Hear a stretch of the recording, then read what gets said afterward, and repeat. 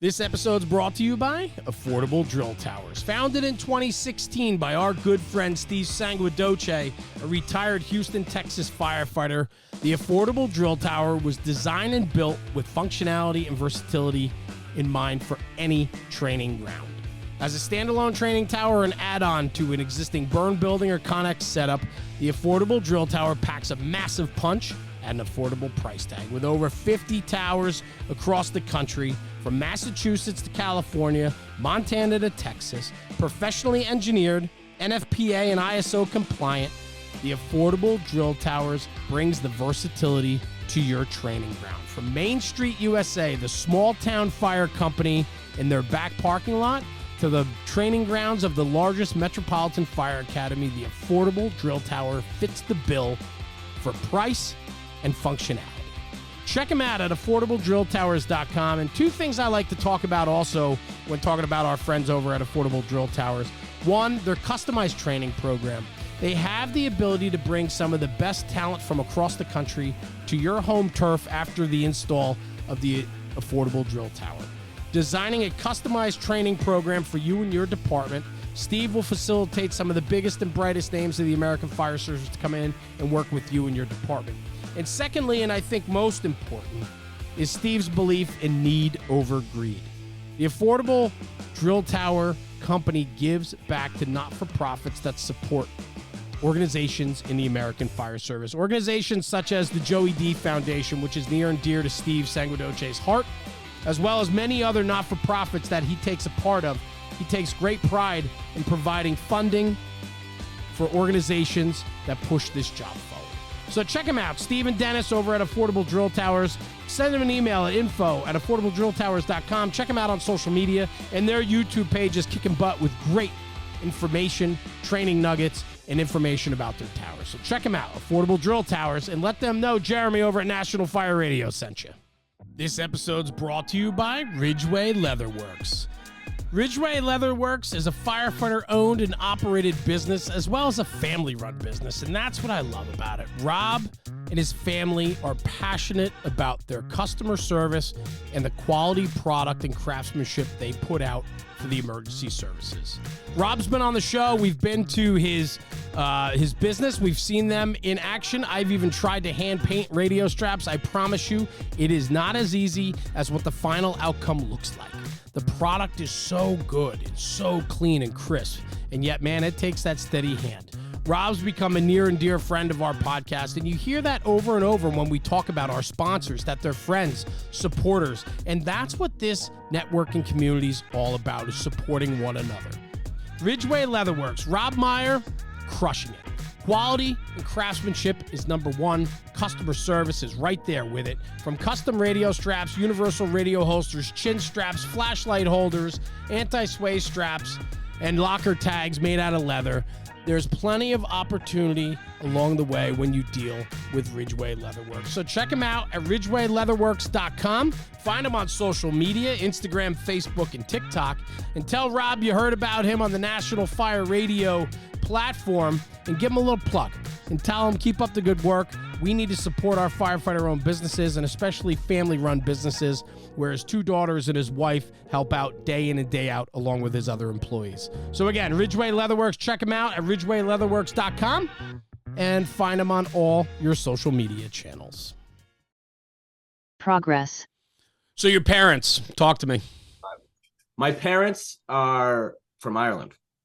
So my mom was from Sligo. She passed away now about 6 years.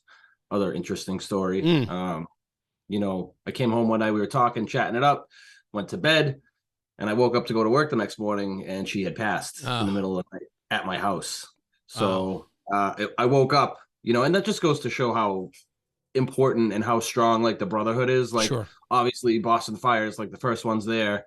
They find out like I'm on the job, and they're like, holy shit. And then, like, you know, the SISM team and all these guys, like the safety, they all came by my house that morning. Like, it was really good. Yeah. And then my dad, who still works, you know, 6 days a week in his 70s, was from Galway. It's like I had no family on the job.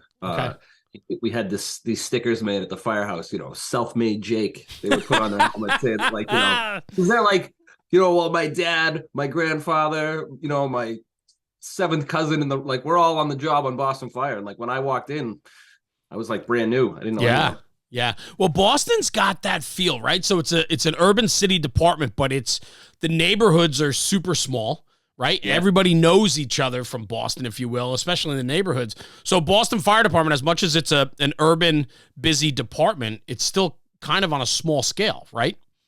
Absolutely. I mean, like I've been in Baltimore, I've been to DC, been to New York, LA, all these other big communities. And it's like we have pieces of everything, right? We have industry, we have water, we have brownstones, we have, residential, we have the three decas, as they say, Absolutely. We have a numerous buildings that are all over the place of different types. Which provides plenty of opportunity.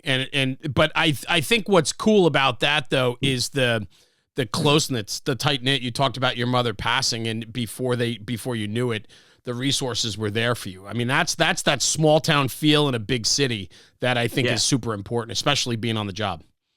And it's crazy too, because like the neighborhood that I live in is filled with like cops, firefighters, families. Like, you go to my kids' show at school. It's like a Boston Police Union meeting. It's a fire department union meeting. Everybody lives in this neighborhood. They all send their kids to school, so we're all constantly passing in the night and seeing each other. And then you run into guys that calls, and you're like, "Hey, how's the kids?" It's wild. It makes for a great upbringing, though. I mean, you're in a safe neighborhood, right? I mean, you're surrounded by like-minded people, cops, firemen, blue-collar people that make up the fabric of the city of Boston. I mean, you guys, and not only that, but there is this inherent love. People that live in Boston love Boston. They bleed Boston. It's like one of those things, and I fell into it. Like I grew up in the city. Like my parents are immigrants from Ireland. Like, my parents worked 7 days a week for my entire childhood. And it was just one of these things, like growing up in like the 80s and the 90s, and like, the Patriots were terrible when I was a kid. Yes. The Red Sox were terrible. Yeah. As I got older, the teams got better, the sports got better. And I think the fact that there's so many college students in Boston, there's an influx of I want to say it's over 100,000. Don't quote me on that, but I think it's like 100,000 students come in around September. Big schools. And the dynamic of the city just changes. Mm-hmm. You know what I mean? It's wild. It's wild. It's certainly cool. I love Boston. I've visited many times. I've stayed many weekends there. I've always had a great time, and I love the city itself. It's clean. It's friendly. I mean that with, ish. Yeah, I know, right? It's like where I am, it's friendly, right? I'm sure there's some dark corners and some alleyways that, represent the Philadelphia, if you will. But, I'm going to catch slack for that for sure. But that's where I find the tie to be the closest. And maybe it just goes back to like, the old school 13 colonies and stuff like that, is like Boston and Philly are so like, they're so similar in so many different ways. Yeah. But I think that just goes back to like the history. Obviously, like there's tons and tons of history in the city, all over the place. I mean, we drive by places, we go to calls at places where like the country started. This is where the country started. Yeah, and like we're like, doing a medical there. It's wild. Every corner, man. It's like brick roadways and decorative signs and fences and statues. I mean, it's certainly a historic city. There's no doubt. Cobblestones. It's hollowed sidewalk, which leads to old infrastructure, which then leads to challenges. Yeah, definitely. There's construction ongoing all over the place, as in most major metropolitan cities. But like the Seaport district is like the district that's like directly across the street from my firehouse. When I started down there, I was able to see like a quarter mile down and see the Boston, the plaza where they do concerts. Now, like every week we go down there, it's like, where's that building? What street's that on? They're like making up streets. They're making up addresses. Yeah. It's like, what's this building? Yeah. It's wild to watch. I mean, I live 20 minutes outside New York City, 25 minutes outside New York City. I see the skyline every single day. And that skyline is so different today than it was just 5 years ago, let alone 20 years ago. It's a whole different animal. The buildings that you once remembered as a kid in the skyline are dwarfed by even residential buildings now. It's crazy how it's expanded and grown, for sure. buildings you used to look at as a kid and were like, wow, that's so tall. Right? And that's amazing. And then you look at it now and it's just like dwarfed around Yeah. huge other buildings around them. Yeah. So growing up in Boston, man, talk to me a little bit about your upbringing. Give me a little background about, parents worked all the time. So did you find yourself on the streets, or were you a good student? Were you an athlete? Like where'd you go as a kid? Definitely was not an athlete. My mom would work a 3 to 11 shift, and my dad would I can remember, like, I have vivid memories of, like, me and my two brothers sitting on top of, like, a paint bucket in the work truck, like, going to school. So we went to Catholic school, 1 through 12. And parents just, they worked. I remember, my dad wasn't the kind of guy that was going to come out in the backyard with me and be like, hey, son, let's go play catch. Right. You know what I mean? Like, he was like, get to work, do your homework. But I, like, fell in love with, like, building construction and carpentry, like, at a young age, right? Because my dad was banging nails, doing roofs, doing siding, doing remodels. So I kind of, like, fell into that in, like, the 13, 14, 15, 16 range. Right. But, like, as a kid, like, we did our homework and we went out and roamed the streets and got into trouble. And, later on in life, we were up the park drinking beers, Friday, Saturday, Sunday night. I have very vivid memories of just, like, running the streets as a young lunatic, drunk, just crazy. I think like now as a father, I look back on it and, like, I could not imagine my son doing the things that I was doing. I feel the same way. My youngest is 15. I have 15 and 16 home, and then my other two already moved out. Yeah. They go out every weekend, and now they're going out. My daughter's getting her license in December, and the game is changing. And the one thing I'll say, though, about them is the education has worked on them. Like, I've noticed. How old are you? Your son is young, right? Just one. Yeah, just Connor. He's 9. 9. Yeah. So I've noticed my kids don't take these risks that I did growing up. Like, they are good kids. I'm not saying they haven't experimented or tried, something here and there, but we also had an open household where we talked about it, and, and it's on display, and they're a part of it, and they understand the responsibility that goes with, testing the waters. And so, and we also laid a very strong foundation at home. So I think if you do all those things, I mean, I had that growing up too, but I think that we were still looser than my kids are today. My kids are much more structured, and they care more about other things than just getting, throwing back beers and getting hammered, Yeah. And I think as a parent now, like, I have a much more, like, interior look at, like, my son's life. Yeah. He tries to pull things over on me, and I'm like, I wrote the book on this stuff. Me too, brother. Absolutely.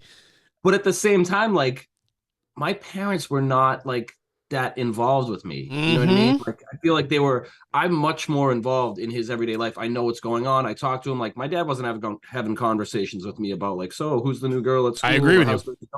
He was just 100%. like, hey, good grades? Good. Later. My father worked 7 days a week, like your father. He worked hard to give us everything we could have. But that means he didn't make every game. That means he didn't come home at dinner time. That means that, he was busy. And and I respect that, and I love him and respect him for that. I think sometimes I'm too involved in my kids' lives. I don't know if it's good or bad. Do they lean on me too much? Do they, my parents, there was no text messaging or anything. So, like, if I was out, they're like, be home at 11, be home at midnight. Like, that's your curfew. And there was no communication. Can I get another 15 minutes? Can I, it wasn't the deal. Streetlights was the thing for me. Right. You know what I mean? Like, we'd be out. If the streetlights came on and you were still out, you better come home. Yeah. 100%. There's something to that. I think it's holding kids responsible and not giving them the need to always ask for permission or ask for something more, and I think that's important. It kind of relates, I think, back to the firehouse today too, where people always ask for permission. I think that we have a way about life today where we're always asking permission, and how our kids are always looking for reassurance or permission to do something. And sometimes I think it's too much. I think we coddle them too much sometimes. It's a tough line. That's like probably one of the toughest things I have with my wife is, like, I have a completely, not completely different upbringing. She's, been American. She has Americans going back for a while in her family. So she has that look on life that, like, I don't have. Right. And sometimes we we have to have that conversation with each other. Like, how are we going to raise our child, or how are we going to do this? Where sometimes I'm like, no, just make him do it. He'll be fine. And she's like, no, like we have to help him. Like he has to. And it's like, it's a fine line to It cross. is. But It is. I And know our parents were not having those oh, conversations. They were like, whatever. nope, you got responsibility, kid. You better live up to it. And if not, there's going to be consequences. Yeah. I mean, I got spanked growing up. Me Like too. the worst thing in the world, and I'll give you an exact story. Growing up, I pissed my mother off. My parents would talk once a day on the phone. So if I pissed my mom off early in the day, my father remembers that all day long. So when he comes home, even when everything's fine at home now because we fixed it. Like if I made mom cry, I was getting beat, right? And I so remember the same thing. I remember making my mom cry to one time. She told my father, and then at 7 o'clock, 8 o'clock at night when he comes home from work, the bedroom door flies open, and he's like, what the hell's the matter with you? And I'm like, I don't even know what he's talking about because it was so far earlier in the day. And then he'd whoop your ass because you were out of line. And it was, I don't forget things like that, man. No, I very, very similar. I remember like hearing the work truck come in. Absolutely. Yep. You're like, Came shit, back where am I like going? earlier. I better go hide. Yeah, for sure. But it's all good though. Like, you know, he's learning lessons. You know, he's growing, he's getting better, like he's hockey. He's a good kid. He's got a good heart, he's got a good soul. He's not getting into crazy trouble. If he comes from a good house and you give him the time that he deserves and needs and you lay a foundation, we're gonna have good kids. And that's what we need, you know. Just hates when I take overtime. That's like his biggest. He's like, you're taking overtime. Sorry, bud. I do my best. Yeah, you want to, you want to go on vacation? Yeah. you want to go to college? Yeah. You want to play hockey? It's like whatever it is, right? Hockey's not cheap, dude. You want to? How do you think I pay for hockey? Yeah. See, and I knew that too. Not bad, right? You could tell the hockey households, no doubt. So we were growing up on the streets. Yeah. So I mean, you found discipline somewhere. I mean, you had discipline at home, no doubt, but you were mischievous. You're getting in trouble like the rest of us, growing up and so on, experimenting, trying. But 22 years in the Army Reserve, man. You found direction. 17 years old. 9/11 had like just happened, and at this point, like the Thursday, Friday nights they're intense. Like I'm going out with I'm leaving school on Friday and I'm not coming home until, Sunday afternoon. Damn. And staying at friends' houses and stuff like that. But I think one of the things that kind of really led me to it is one of my buddies was leaving for the Navy. And we were all like, we're going to hang out, we're going to party. So my buddy brings me home, 10 o'clock, got to be home. So come home at 10 o'clock. He's waiting up the street, sneak out the window, and I go out. We're drinking, we're having a good time. 4 o'clock in the morning, one of the kids like, oh, I just want to go home. I just live right down the street. So we get in the car, we go down, we drop him off. And on the way back, I think I had my first real introduction, to the Boston Fire Department, because that kid did about 60 miles an hour into a tree, broke his whole face open. I broke every rib in my rib cage. You did? Like, come on, we'll just walk. Yeah, I broke every rib in my rib cage. He's like, we could just walk back to the house. And I'm like, I can't breathe. Wow. So then they board me. They bring me to the hospital. And like now, as like a father looking at it, like I remember being wheeled into Children's Hospital. It's like 5 o'clock in the morning, and I'm screaming in pain. And then all I see is my dad's head come towering over me, and his brogue. It would hurt a lot less if you were still at home. And I was just like, oh, damn. Wow. Yeah, wild. Wow. So then, 9/11 happens. I'm kind of living on the edge of the curve, and I'm like, you know what? I'm going to join the Army. I'm going to go. I'll straighten myself out, and I joined the Army. So I went to basic training between my junior and senior year of high school. And then Iraq had kicked off like the next year. So everyone's going all over the place. And I didn't have my military police school done yet. So like I couldn't go. So then the following summer, I do military police school. I'm in college at this point. And then the bomb drops on me like, hey, get ready. So it's like 2004. Okay. So 2005, 2006. I was a truck commander in doing convoy securities all over the roads of Iraq. During some pretty rough times over there. That's kind of when the Sunnis and the Shiites were really going at it. They were kidnapping guys out of trucks. They were roadside bombs all over the place. It was a wild time to be there. I can just remember thinking, like, at 21 years old, I'm turning 21 and I'm driving through Fallujah, and I'm like, what am I doing with my life? Yeah. My buddies are all out at the beach getting hammered right now, and I'm driving through Fallujah. But I really feel like that deployment, that leadership, the things that I experienced on that deployment coming home, really like set my, I had a different radar in life than most. You know what I mean? People, complain about these little woes of the world and like, what's going on. And then you're thinking, it's like, just think of the experience that like I just been through. You know what I mean? Like nothing can compare to that. For sure. I mean, I came home. Go ahead. Right. No, please. So I came home. I attempted to go back to college. That didn't really work out that well, because at that point I was, back to drinking all the time again. And drinking was starting to cause like some problems in my life. And after probably like a year of being home, a couple of friends pulled me to the side and they're like, dude, Mike, like your drinking it's out of control. Like you need to get something, you need to get help. And I was like, really? Like, is it? So then I met with someone at the VA, went through like a little drunk treatment program, I guess you could call it.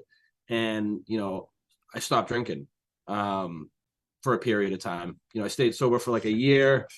And then I had another, lapse in judgment, if you want to call it that. But the funny thing is through all this whole time of me like trying to like get off the booze and like stay sober, like 2008, Boston, sends me a card to get on the job. And I'm like, I can't take that right now. Because if I take that, I'm not going to get the job or I'm not going to keep the job. Yeah. So then 12, same thing. And in this period, I had like met my wife. We met in 2009. And, we're trying to like go through like, courting and relationship and then like we get engaged and, so we end up getting married. And I'm like still kind of like on the fence with the drinking at this point. We get married, and then a couple of weeks later, after she got married, she's like, I'm pregnant. And I was like, oh, cool. Cool. That's kind of what did it. And the fact that like I got another card from the Boston Fire Department. I was like, listen, it's now or never. Yeah. And that was like November of 13, I think, or November of 14. And then I got on the fire department in August of 14.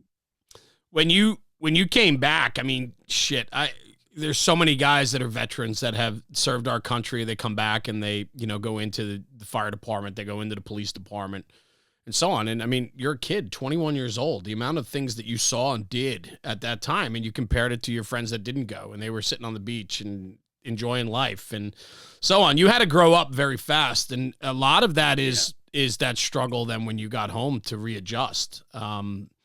There's, I think a lot of people, talk to me about that.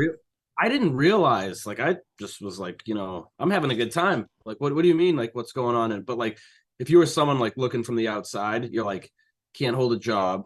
Every time I see you, you're drunk, you're constantly like out partying and doing your thing. And you're not like doing the things that a normal, 21, 22-year-old at that point should be doing. Like you can't hold a job. I'm like constantly like, I get a job, I got it for 6 weeks. And the guy's like, listen, dude, you're doing a great job, but you're not showing up. Yeah. And all these things started happening. I was just kind of like, is it really? Were like you reckon? Did you said your friends pulled you aside, but did you have that aha moment and go, you know what? Yeah, man, I'm falling down here. It took me a while to get the aha moment. Just, just different things were happening that I was kind of just like, whatever, it's normal stuff. But what I failed to like realize at the time was like most of this stuff was just caused by like stuff that was stuck in my head from like Iraq. You know what I mean? When it came down to it and like, sat down with the doctors and we kind of went through it, like I was never able to like put the drink down and like stop drinking until I was able to address some of the stuff that like had happened in Iraq. Cause like, you're over there, you're constantly on guard. Like people are shooting at you. They're shooting RPGs at you. They're dropping mortars on you. You're getting hit with roadside bombs. And like that stuff's happening like in the moment. It's like going into a fire. You know what I mean? Yeah. You go down the hallway, you open up the nozzle, you're like, all right, victim, cool. You pull them out. And then after that job, everyone gets to go home and sit at the kitchen table and talk and have a good time. There was like none of that available in Iraq. Like it was go, go, go. So we never had time to like process like what had happened. It just kind of was just, and you move to the next thing. I didn't realize it at the time, but like I was struggling from PTSD. You know what I mean? Like the PTSD was the drinking was my way to curb that, to stop me from from doing it. Well, it numbed you out, right? I mean, it just took you away from the thoughts and the struggles that you were having from the experiences you lived. I mean, that's, you know, it's understandable, you know, and I think so many people deal with that, battle that, not only just veterans of you know, the service, but also in the fire department. How many guys 100%. Are numbing themselves, you know, on the things that they've done or seen or been a part of, and finding ways to numb themselves out. And, you know, alcohol, drugs. That's like the wild thing. Yeah. That's the wild thing. Right? Like some of the stuff I had seen in Iraq was like wild, you know, sure. like dismemberments. And you're a kid, man. You're 21, freaking right? Kid. But you go to some of the same type of stuff on the fire department. I agree. You know what I mean? Some of these guys that have been on the job 20, 30 years, they're looking at people that have jumped off buildings, bad car accidents, people under the trains, you know, like that stuff sticks with you. And like, you know, thank God, like they did a good job of like advertising it, and like people pulled me aside and like recognized it in me, even though I didn't recognize it in myself. Yeah. And I was able to go through, get the help that I needed, you know, quit drinking essentially. You know, it's been over 10 years now that I haven't had a drink. It's awesome. But like I have the best life today. You know what I mean? Yeah, like I go out with the boys, we have a good time. Like I don't have to drink. I can still go out and like I think that's a big thing that people think of when they want to, if they think about stop drinking, like everything's going to end. And it's like, yeah, for a period of time, you got to build up a defense and get like strong enough so you can do that. But like now, like I can go out and have a good time. I can go to the bar and hang out, and, you know, it doesn't mean I have to have a drink. All the guys at work know, they're like, all right, Lydon's going to have a Pepsi. You know what I mean? That's like, good though. Let them know that, right? Know. Yeah, they respect it too. It's and they do. And I think that's the most important thing, right? Is that to be accepted by your peers. I think a lot of the struggle for many people is showing that vulnerability, that like, you know, hey, I'm not going to have a drink, or hey, I don't want to drink or can't have one. They don't want to say that, right? Because it makes them look weak or you know, not equal with their peers. But I think now more than ever, it's highly respected. You know, when you take care of yourself, take care of your own health, that means, you know, you're taking care of your family, you're taking care of your priorities. Those things matter, man. I mean, I'm sitting there looking at you, and you have this beautiful wood shop behind you. And it's, you know, and you work hard outside of the firehouse, and you wouldn't be able to do all that. You wouldn't be able to have a beautiful 9-year-old and a beautiful wife and all those things, you know? Right. That's the thing. Is like, you know, they say around sometimes, like you can give up one thing and have everything, or take one thing and have nothing. That's it. Strong. And I want the life I have today. You know what I mean? My life's good today. I love my job. I love being in the Army. I love my family. Like, you know, shooting the breeze with you guys at all these different events you guys put on. Like, just this fire service in general. You know, it's amazing. It fuels me too, man. You know, I need this. You know, I needed this morning to just catch up with you and to get to know your story a little bit more and so on. I need that. It's important to me, just like you. It's important to me too. Yeah, for sure. So 22 years in the Army as a first sergeant, right? So that's where you are today. You still active? Yeah, I'm trying to give up the first sergeant job. How does that work in the reserves? So do you still have to do like one weekend a month and then like a couple weeks a year or something like that? Give me a little breakdown on that. Yeah, so I'm a first sergeant of a company size element. So there's 170 something soldiers in my company that I'm like directly responsible for. Like, okay. I'm their senior enlisted leader. Got it. Right. So I'm like the senior man of all those 170 guys. You know, we have drills every month, you know, whether it's Friday, Saturday, Sunday, Thursday, Friday, Saturday, Sunday, whether we're going to the ranges, we're doing driver's training, we're doing fitness stuff. But me as a first sergeant, like I have to do all of this other stuff Monday through Friday. Yeah. Additionally, and it's a lot. Being a first sergeant is not an easy gig, because there's a lot of stuff like, like the soldiers show up on the weekends and there are 2 weeks during the summer, but like the unit still has to run Monday through Friday. So there's a lot of decisions and a lot of administrative things that I have to be directly involved in. And it's just a lot of time, but it's been just about 7 years that I've been first sergeant. Yeah. So I'm trying to wrap it up. I'm trying to recruit someone else to come in and take over for me. Okay. All right. I mean, do you have an obligation as a reservist? Like, do you have to do X amount of years or something like that before, or there's a retirement too, right? There's like a pension that comes from it, right?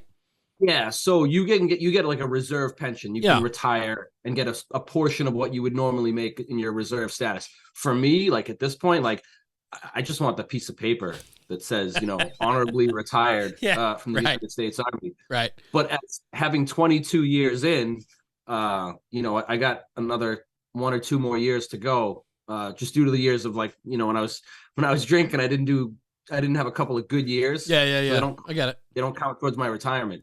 So I'm just waiting to hit that mark of 20 good years, and then Nice. I'm going to retire. Good for you. That's fantastic. A good friend of mine was in the Army Reserve. He went to Iraq as well, and so on. He's with the engineering division, and so on. But, it was a time that he doesn't talk much about, but I know it certainly had a lasting impact on him and who he is. And he just retired from the reserves a few years ago now, so on. But he was, for a long time, was always doing his weekends and all of that. Yeah. So, yeah, for sure. And it's tough, too, the fire department, doing the FEMA stuff, teaching, throwing the Army on top of that is just sometimes I'm just like.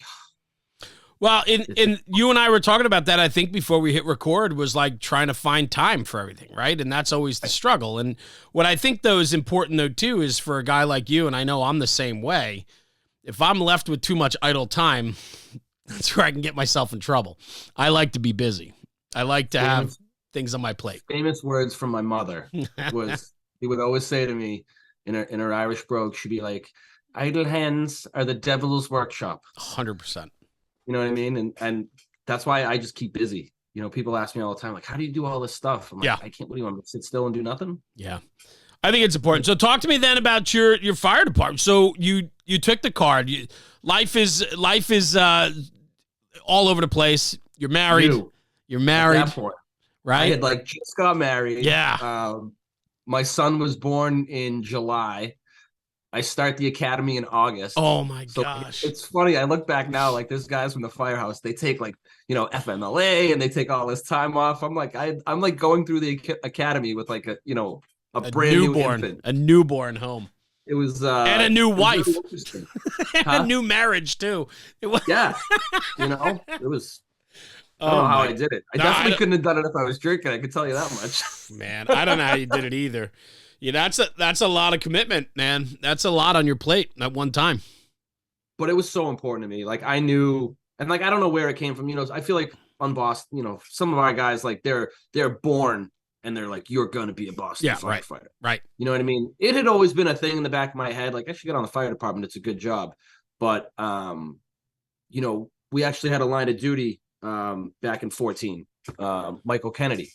Michael Kennedy was a very good friend of mine. And I remember I was at Army training, and I was talking to him the night prior to the Beacon Street fire. And he was telling me, he's like, listen, you got your card, just keep your head down, get in the academy, do your thing. And then Beacon Street had happened the next day. Wow. And it was just one of those things. And I remember being at the academy and some of the guys, from the last class that had been at that fire, were coming down doing EMS training, and their heads are wrapped. I mean, I have a clear picture of our now union president, Sam Dillon, was down at the academy doing training, and he's all wrapped up from the Beacon Street fire. And I'm like a probie in the probie class, and I'm just wow, holy crap. This is wild. Yeah. But got through the academy. It was pretty. We do 4 groups. I was in group 2 and did. Got through it fine. Nothing crazy. Got assigned to Engine 10, and I've actually been in that house the entire time. So I've done Engine 10, Tower Ladder 3, and Rescue 1. Yeah, that's the big house, right downtown there. Big house. Yeah, we've had you down there. Yeah. I stopped in briefly. I got to get back for sure. This episode's brought to you by Taylor's Tins. Taylor and his crew at Taylor's Tins have been manufacturing aluminum helmet fronts since 2017 with over 200,000 tins in the market. They are a leader in the helmet front space.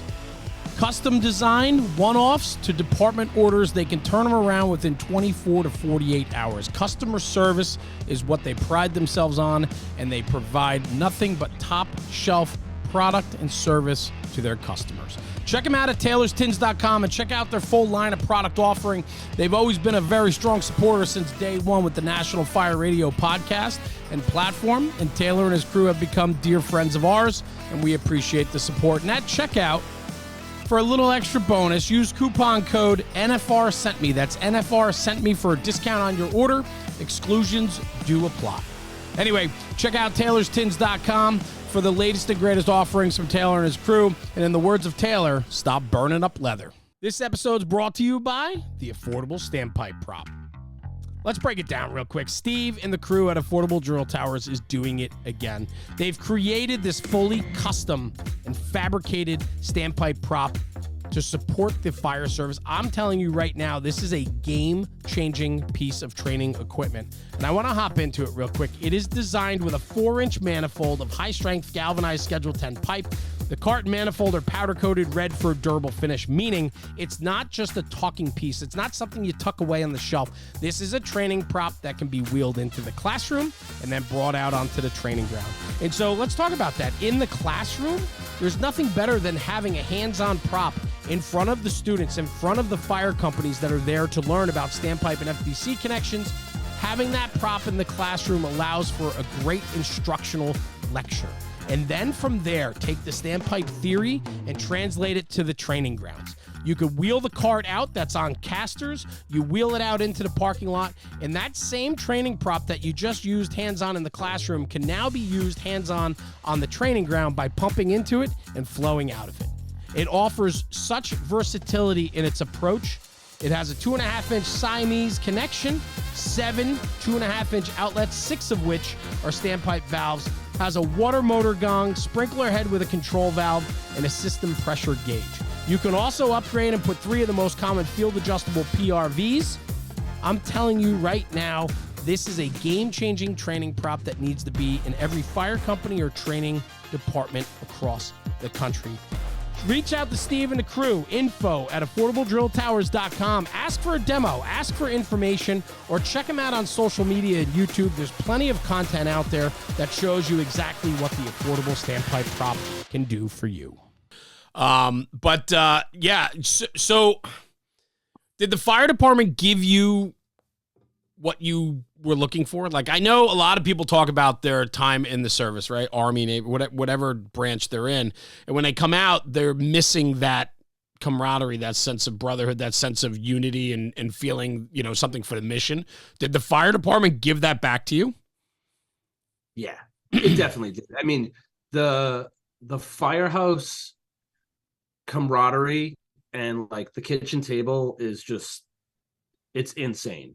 Like whether you're having like a good day and the guys got you back and they're behind you, or things are kind of rough, like guys will help out, do what they can for you. Like, it's, you can't explain it. Yeah. You know what I mean? There's no way to explain, what goes on at the firehouse. It's just one of those things where it's an internal thing, and the guys, as much as they want to like ride you and get on your case about stuff, like at the end of the day, like everyone that I work with is willing to like, go in there and get me if I need it.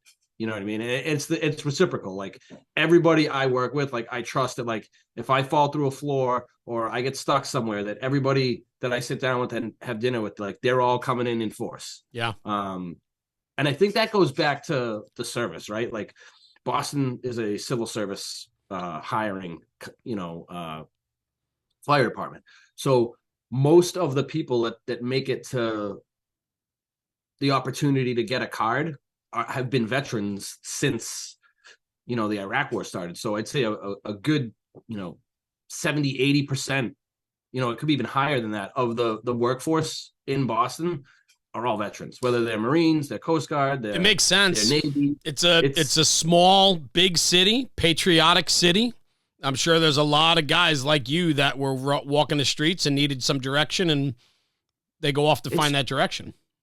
And it's crazy. I mean, we got like, Marine Corps colonels and sergeant majors and Green Berets. We have, you name it. We have Air Force pararescue guys, like all those guys that did that stuff in the service were like, this is my way to kind of bridge the gap and establish that camaraderie and establish like, that same kind of networking and family that like I had in the service. That's what we have at the firehouse. Well, and that's what we want. I mean, those are literally the people that we need. We want. We have to go after them and entice them to come to the fire service, because now more than ever, we need people that have morals, ethics, values, a belief in something greater. I mean, believing in the mission is easy to say, but do you have the buy-in? Right. Will you buy in? And for you to say what you have in your firehouse and to know that every single guy around that table is coming for you when you need it, it's powerful. And I think like going to Engine 10, like, some of the guys, they're like, I got a hook, I'm going to 52, or I'm going to, Grove Hall, or I'm going to some of these like heavy, like fire duty companies. I got assigned to Engine 10, and like, I had no idea what technical rescue was or any of that stuff. And first being at Engine 10, back then the run cards were a little different than they are today. So like Engine 10, every second alarm fire in the city of Boston, Engine 10 was moving towards it. So like third, fourth alarm fires, like Engine 10 was there. So as a young proby new firefighter, like I got a ton of fire duty at like other people's fires, right? Like because I was going on the second, the third alarm. But then also like being introduced to like the technical rescue stuff, right? The rope stuff, the trench stuff, the water was a big one for me. And I feel like I grasped onto that kind of stuff over the fire duty.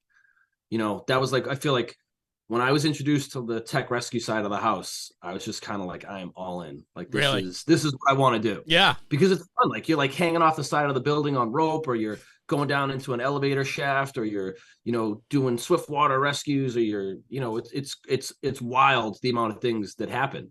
And in my house, being on Engine 10 and the tower and the rescue, like they're the first ones there to those kinds of incidents. So you're trying to like solve these problems where you got this guy that's, half naked over water hanging under a bridge. And like, you're like, how do you get this guy out? Do we like, do we put him in a harness and lower him down and then get him in the boat? And it's like, or, people that get hit by the trains, or people that, scaffolding, like all those calls that like the regular first due companies show up and they're like, yeah, can you start the rescue? Like, those are the calls that like I'm all about. Yeah. Well, I mean, and that's fun, right? And you found yourself to the rescue now. So you're riding on Rescue 1, which is a busy company, and it offers a wide variety of opportunity. And I think that's what's fun. And when you talk to a lot of guys like yourself with the tech rescue stuff, it's like you're either in or you're not, right? And it's like you buy into it, then you got to be all in, right? Because it's a different discipline every single day that you have to stay fresh on. And there's so much to it. And the technology changes. Like I can remember going from like the rack to the 8 to the different devices that we have used over the years. Like, people look at that stuff and they're like, what's a clutch? I thought it was an MPD. The technology's constantly we're moving changing. forward. Yeah. Right. Yeah. And it's one of those things where you're right. You do have to like stay up on it. You do have to, use it and go through the paces of it and exercise that equipment, because a rope bag is great. All those devices are great sitting on the truck. But like when it comes game time and you have to, you're going down an elevator shaft, 30, 40 feet to get people out of it. Like that's not the time to be like, does the rope go this way or that way? Right. You know what I mean? And yeah, guys will razz you for it. They'll they call you the tech rescue guru or the nerd or whatever. But it's like, that's just one of those things where I fell into, right? You got the guys that are all about, flow paths and progression with smoke and getting down hallways and stuff like that, different tactics for that stuff. The tech rescue just kind of been my thing. And I like, people say all the time, like, I don't claim to be any type of like an expert at it. Like I consider myself a student of it. You know what I mean? Like I don't know everything. I don't attempt to know everything. I try to keep myself educated. I try to stay up on things. I try to learn. I try to make myself better in every day. You know what I mean? If I can go to the firehouse and learn something new every day, like I'm winning. So when you got the Engine 10 spot, is that what introduced you to tech rescue, or did you in the service have any exposure to any specialty stuff as well? No, it was just right at it. So when you go to Engine 10, Tower Ladder 3, Rescue 1 make up Division 1's technical rescue company. Got it. So when you get assigned to that company, after Proby school, it's kind of similar to like, FDNY, how they have the rescue school. Yep. It's very similar to that. You're taken out of service, you put up, into training for a couple of weeks where you're going through rope, trench, water, vehicle, high angle. You're going through all those disciplines of tech rescue. And at that point, I was like, I don't know what any of it was at first. Yeah. You know what I mean? Right. That's what I was curious about, right? I mean, yeah. but you're a mechanical guy. I mean, you grew up in a builder's home, right? I mean, he was a contractor, right? So it's like you grew up with that. And I think that I find that a lot with guys that are very talented with their hands. They're technical, their brain has a technical way about it, do very, very well in those fields. Yeah. I just feel like, and I feel like, you know, sometimes, especially now, like on the rescue company, like you show up to calls and you like look at something and you're like, all right, how do I disassemble this? Yeah. You know, and sometimes I feel like, you know, I feel like a nerd at night watching like how it's made on like TV. I love it. That's my life, man. Like, I love that. How they put them together. And it's like, well, at some point, like you might have to come disassemble something like that. But that, you're right. It's that technical knowledge that sometimes that pays off. You know, you got guys that are electricians, you got guys that are plumbers. Right. You know, we had a fire the other day in the 17th floor of a high rise, and I'm like looking for one of the guys. I'm like, Sam, what do they do with the gas shutoffs, you know, in 17-story high rises? Right. And he was like, hey, 2 feet out from the appliance. And it was right there. Yeah. So it's always cool to have different trades to rely on. For sure. You talked about diving. I know you like to dive. Did that come through the fire department as well? It did. It did. Well, I mean, there's a lot of water in Boston. Lots of water. Indirectly. So I had gotten on engine 10, you know, and we go to like the water rescues. We try to get there first and save the person. But sometimes, you know, too much time has passed. The person's on there. It becomes a dive operation at that point. And I saw those guys and I was like, man, like I would really love to do that. And, you know, my wife tells me all the time, she's like, you know, you were like just hard headed. You set your path to something, and like no matter what it is, like you will just eventually you will get there, and you'll. So, I started diving. I did, you know, the open water, just regular. I interned at a dive shop, so I was like learning all this stuff, and I was getting all these additional extra classes. So I get the rescue, and I ended up, you know, towards the end becoming like assistant instructor. So like the next level for me would be like an open water instructor. Right. Did the dive master, did all of the master diver, you know, things. And then a group out of, I think he's out of Philly, Northeast Public Safety Divers, NEPSD, Tim and his crew. They had a class up in New Hampshire. They were doing a fire department in New Hampshire, teaching them public safety diving. So like I went out of my way, took money out of my own pocket, went up there, took this class so that like when Boston Fire eventually had like their tryouts, I had like a stack of experience, you know, not something that I was like any expert at it, but like I had experience in these things.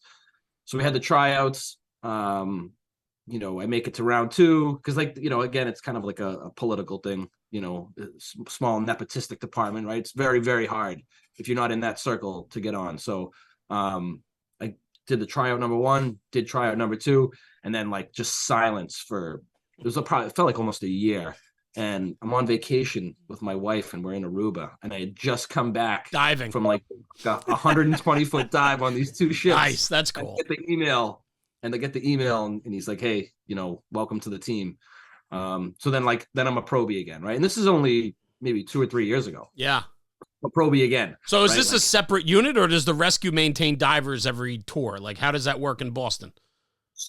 So we don't maintain divers every tour. It's a separate entity. So if there's like a water rescue call, like me being on the rescue is an advantage because I'm a diver on the rescue. Got it. But most of the other divers that are on duty, like they could be coming from other Engine companies. 37. They could be coming from Hyde Park. They could be coming from anywhere.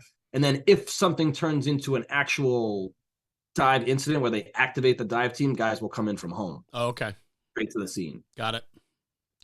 So that's been an interesting thing. And that's like one of those things, like I'm still like the new guy on the dive team, right? I'm still trying to learn and learn the way they do things. And, you know, those are the kind of incidents like you hope not to have because they're usually not good. Yeah. But, you know, we do our training. We just did a drill the other day with the state police. We're trying to maintain some relationships with different people. So when these things happen, you know, the more the merrier. Well, that's it. I mean, a lot of times if it is a recovery dive, it's a duration operation, right? And you're talking black water, you're talking currents, right? I mean, Boston Harbor is not a gentle place to swim. No, and it's crazy the amount of like water. So like my firehouse is surrounded. Right. Yes, that's what I was saying. There's a ton of water in Boston. there's like the Charles River, there's ponds, Right. there's all kinds of like outfalls. And then obviously sometimes like the surrounding communities, like, they might not have the capability to get a diver in the water at some of their ponds. So Right. sometimes we'll go mutual aid to another town and go do recoveries for them. Yeah. How rewarding is the water work? I mean, it's a solo. I mean, obviously you have a tender and there's people that go into the process, but when you go underwater, you're by yourself, bro. So it's very interesting how diving kind of tied back into my drinking. Interesting. So when I started diving, I was the piece that I got under the water, like being, 70, 80 feet under the water and just like looking at like the earth and the way like the rock formations are formed and the different things. And obviously like going hunting lobsters is fun too. But that like serenity, that peace that you get down there where you're just quiet, like there's no noise in the back of your head. That's kind of like what got me into diving. Interesting. Obviously now on the work side, it's a little more hyper focused and you're not calm when I'm diving for work. It's usually, like you said, it's black water. Yeah. You're just feeling around. And that can like be nerve wracking at times too, right? Like you're in the Boston Harbor and you can't see anything, or you're in some muck pond, where you can't see a thing. And like, you really have to depend, like if something goes wrong, like someone's either going to come in after me or, those guys are going to pull me out because again, right. Like diving's one of those things where like the human body cannot survive underwater, right? If you don't have your regulator in your mouth, you have limited time. I mean, even in fire, right? Other than flashover, even if we get caught and we're running low on air, we run out of air and we mask off, our survival rate is a little bit better than underwater. Oh yeah. Water absolutely. is, that's where I'm saying you really have to have an unbelievable mindset to be able to put yourself there. And do you almost feel like, now this is me just getting inquisitive, do you almost like feel removed from it? Like you're watching from above when you're diving? Like, do you almost remove yourself from like what you're actually doing and you're almost like you're viewing it from outside of your body? I mean, as weird as that sounds, curious. I get what you're saying. Yeah. Feel like a programmed machine. You know what I mean? It's like, back in the Army, they used to make you do things over and over and over again. And like that repetition, built muscle memory so that like when you're getting shot at, like the first thing you do is like take cover. It's just secondary nature to you. Right. And I feel like some of that stuff with diving is the same thing, right? No matter what the condition, whether you can see everything, if you know your equipment's good, your comms are good, and you get down there, the first thing we do when we drop down, no matter what the depth is, we drop down, you kind of take a second, make sure your suit's good, make sure everything's feeling good, you get centered, and then you give the guy a tug and you let him know you're good to go. And then you start whatever you're going to do. And it doesn't matter if you can see or you can't.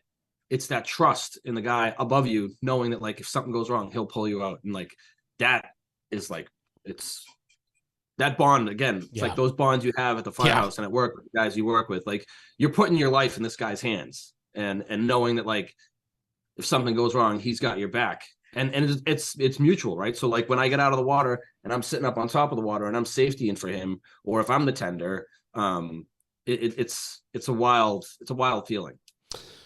Well, you come solely dependent on the one on the end of that rope, right? I mean, it's there's an inherent trust that has to be there, and a level of expertise and knowledge and experience, right? Yeah, it comes down to like making sure your equipment's good to go and doing your checks and making sure your gear is all set. Like that's why we drill every month. We're always doing something once a month to get out there and exercise our equipment. And it's funny, people ask me like, when do you stop diving? I'm like, we don't. They're like, so you go diving in February in the ocean? Yeah. Yeah. Well, I mean, listen, under ice, I mean, whatever it is, right? I mean, these are operations that you're going to be a part of if something happens. And in an urban setting like yours, people are walking on frozen ponds. People are falling into the river. I mean, it's not every day, but it's a regular occurrence, I'm sure. I don't know if this story is like made it out like nationally or not, but like there's a story of a kid that fell through the ice in Rhode Island.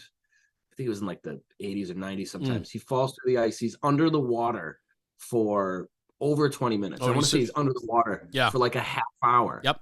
The diver goes down. They get him out, they rush him to the hospital, and like he survives, right? Because remember, like I don't know if you remember, like when you're young learning EMS, like they haven't passed away till they're cold, till they're warm, Right. and passed away, right? Right. Mm-hmm. And like, that's just one of those things. Like 30 minutes later, they went down there, they got this kid, and they brought him to the hospital, and he survived. You know when I remember that? How I know that? You remember that show with William Shatner, Rescue 911? You remember that show? Oh Yes. yeah, man. Yes. We used to watch that at the Dunch house all the time. And it was on that. I remember that. It was on there. I remember that. I can like hear the theme song in my head right now. Like I used to watch that as a kid. He was so dramatic with his narration of it. It was so good. But that was a fantastic show. Yeah. Go on YouTube now and like watch it now. I will. Like, what? I will. Watching. Yeah, right? Yeah, what is this? Like, how did we watch this years ago? Not only that, but how did we watch it? We all sat around and watched it together as like a family. You know what I mean? Yeah. Yeah. Yeah. Interesting. Wow. Interesting for sure. So what's next for you, brother? I mean, you got a lot on your plate. Not only, you're riding the back of Rescue 1, you're a diver for the department, but you also are on the USAR team, right? The FEMA team, right? And you're teaching tech rescue at the Massachusetts State Fire Academy. I mean, you got a beautiful wife and child at home. You run your carpentry business on the side. Yeah. Yeah. I mean, it's just go, go, go. I'm actively, like I said before, I'm actively trying to retire out of the Army. Yeah. I love it. Like I love doing it. I've been doing it a long time. It means the world to me. But there's places that I would rather put my time these days. My goal is to like get out of the Army and like put some more time into the FEMA team. That's just one of those places where I go up there and I feel like I'm learning from like the giants. Those guys up there, the things I learn, the people, some of these guys up there, like they're the guys that write the books on this stuff. Yes. Like I'm reading like a tech rescue manual or a trench manual, and like the guy that wrote the book is standing right next to me.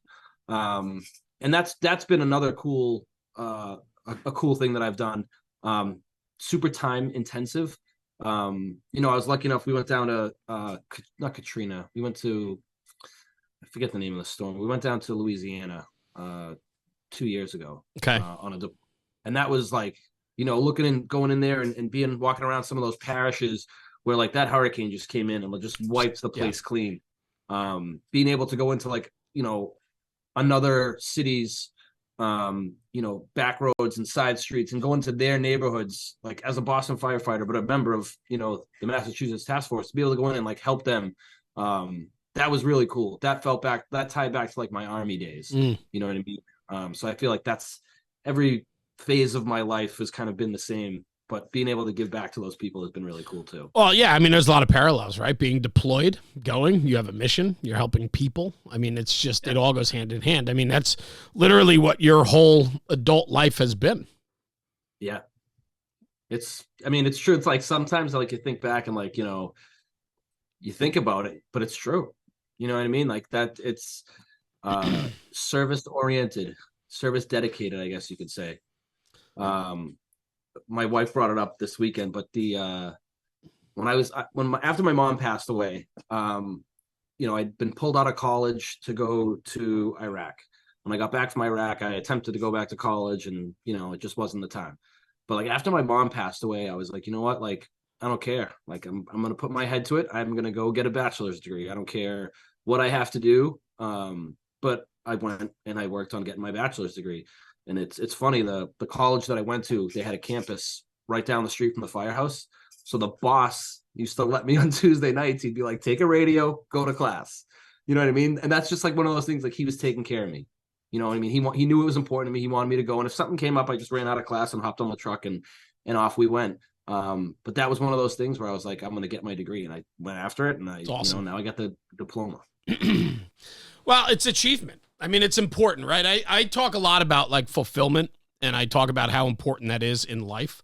And you're only as good in the firehouse as you are in your personal life. If your personal life's in shambles, you're going to be a mess at the firehouse.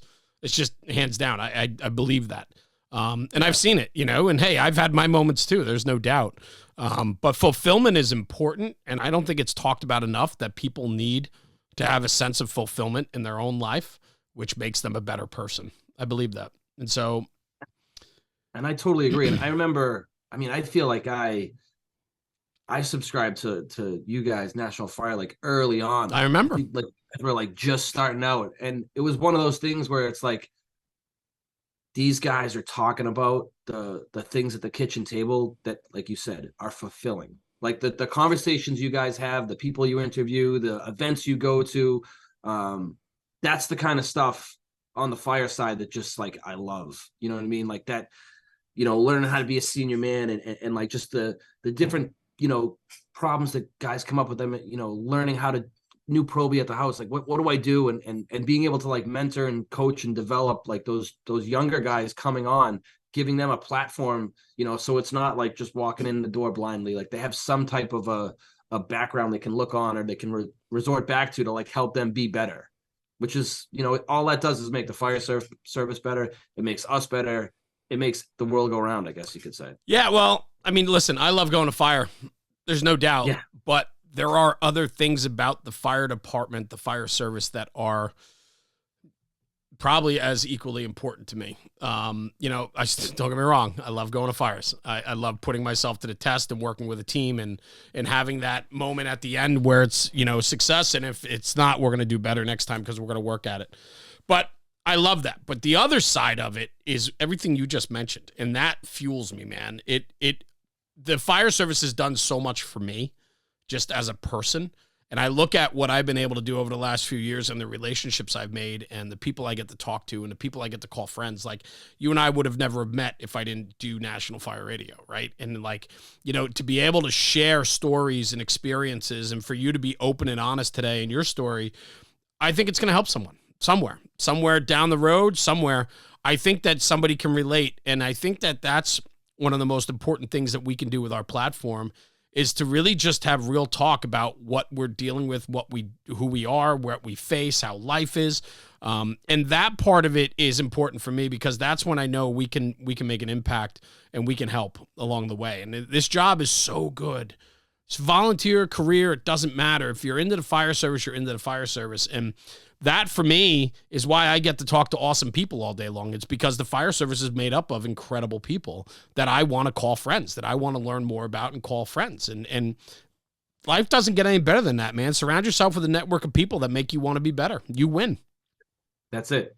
You put yourself around people, that are better than you, but have the same, like-mindedness as you. All you're going to do is improve yourself, I tell my son that all the time. I'm like, listen, you gotta work to the next level. You gotta always be trying to get better at what you do. One of my big things, one of the reasons I made it up to being a first sergeant in the Army is I was always trying to take the guy ahead of me's job. Yes. When I was a private, what do I need to do to become a team leader? Well, I got to do this school, I got to do that school, and I got to have time in service. And I did that stuff. And I worked my way all the way up through all the levels of education, up to being a first sergeant. And people tell me all the time at work, they're like, why don't you study? You'd be a great lieutenant. And I'm like, I love being a blue shirt. Like being a blue shirt is where it's at for me, man. Like I don't see myself studying. I don't see myself being a lieutenant anytime soon. Being like, as you guys said, I wish sometimes that like I lived through those days, like being on the back step, you know what I mean? Like the way that the fire service is, the different history. And like, obviously we have a ton of history in Boston, but like looking back and looking at some of those fires and the way they operate and the way they do things, it's like, man, like there's something special to that. There's something that's got, that holds deep near to your heart, and you look at those firefighters, throughout the years that have served honorably and done their job and moved forward. It's like, now that's in your hands. Yeah. Right. And as you move along in your career, I look backwards now to the guys coming on, and I'm like, I got to take 5 minutes with them, once a tour to go over something with them. It's important, teach them something and my big thing. And I try not to bring like my first sergeantness to the firehouse. Cause in the Army, like the first sergeant is like he's like the boss, right, making everything happen. So he's always yelling, screaming at people, you got to do this, you got to do that. But when you come into the firehouse in the morning and you get changed and you shoot the shit at the kitchen table and you hang out, and then it's time to go start the housework, you clean those toilets, you do the sinks, you mop the floor, you do what you're supposed to. If you start your day like that, you can only go up from there. And I sometimes find it hard to believe that when the guys come in and like they're not doing that stuff or they're not helping out, that like if I can't expect you to clean up the trash and put the trash away, mop the floor, like how do I expect you, to rappel down the side of a building if someone's stuck, or in a Mayday situation, go into a building and make sure your gear's 100% squared away. Because the time when you're going in on a Mayday, like that's not the time to be like, oh, my air's low, or I didn't check my bottle. Like all those little things we do in the firehouse every morning, there's reasons we do them. There's bigger reasons for everything we do. And that's kind of just how I've always operated, is trying to make sure that like I'm always in the position to help someone. I'm always in the position that like I'm never going to get caught with my pants down. 100%. Not to say that it doesn't happen. Hey, it happens, but when your demeanor is exactly that, and you just said that's how you were, how do I take the next guy's job? I mean, you were always planning and working hard at pushing yourself forward. So if you do that in a repetitious way in the firehouse every single day, the little tasks become important when the big task has to happen. There's no doubt. Yeah, really well said. So what's next for you, man? Anything? Just riding backwards for the rest of your time, or what? Yeah, I love it. I love it. Like I said, when I get out of the Army, when the Army's wrapped up, just kind of focusing more on the FEMA team. The teaching with the state's been going really well. Good. A couple extra bucks in the pocket and helping some other departments with some training that they need. But raising my son, that's cool. Being there for him, going to his hockey games and just being around, and this wood shop's a big piece of it too. That's the biggest job you have. And, you and I both recognize that for sure, that family matters. And you got to take that time and you got to devote the time to it, because it's the only way that it works. So, my man, Mike Lydon, thank you, brother. Thanks for joining me today. It goes quick, huh? Dude, that was it. Wow. I wish I could come see you next weekend. Well, I'm going to be speaking Saturday in Pittsfield, Massachusetts, I think, which is on like the New York border. Looking forward to that. We got that posted on our social media. If anybody's interested, join us, man. I'm doing my Bridging the Gap presentation, which I love doing, because I talk about the senior man to the junior man and how we don't talk well anymore. We don't communicate. So Pat's going to be a really, I'm excited to meet him for sure. Awesome. Yeah. He's like one of those guys, like Pat's like us. Pat breathes and sleeps fire service.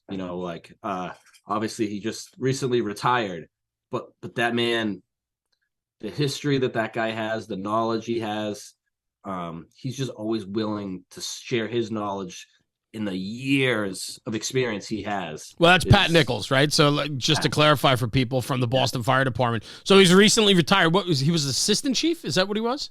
He's a district chief. District chief. Okay. District chief, District 9. Got it. So he was like, he had an area he was responsible for within Division 2. Got it. Okay. And he did he was on the FEMA team too.